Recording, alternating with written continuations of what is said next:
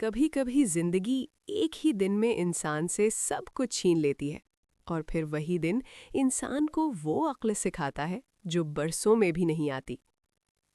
जनूबी पंजाब के एक छोटे से गांव में आमिर नाम का एक नौजवान रहता था।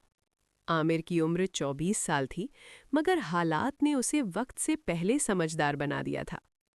वो अपने बूढ़े वालिद और बीमार माँ के साथ एक कच्चे घर में रहता था। आमिर दिन में खेतों में मजदूरी करता और रात को बच्चों को पढ़ाकर घर का खर्च चलाता।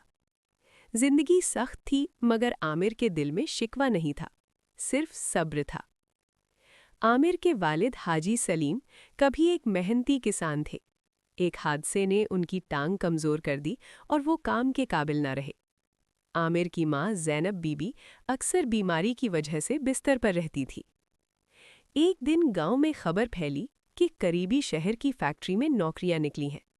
आमिर को लगा कि शायद किस्मत का दरवाज़ा खुलने वाला है, मगर जल्द ही हकीकत सामने आ गई।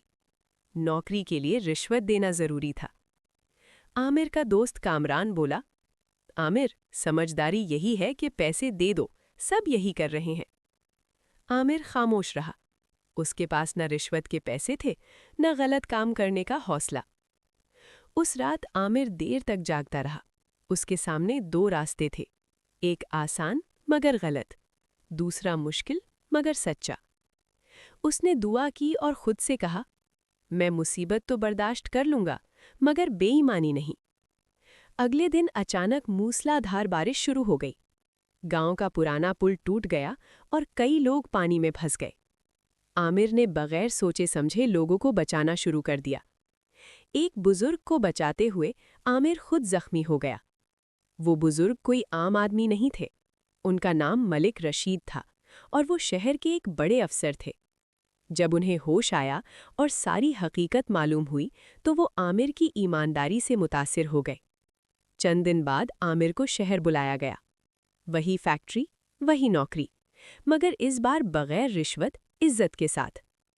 मलिक रशीद ने कहा, बेटा, मुसीबत में जो समझदारी और सच्चाई दिखाता है वही असल कामयाब होता है। आमिर की जिंदगी बदल गई। वालिद का इलाज हुआ, माँ को सुकून मिला और आमिर ने गांव के बच्चों के लिए मुफ्त तालीम का सिलसिला शुरू किया।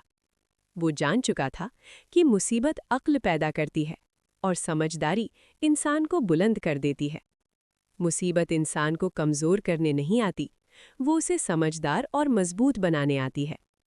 तो क्या आपने भी कभी मुश्किल हालात में सब्र और समझदारी दिखाई है?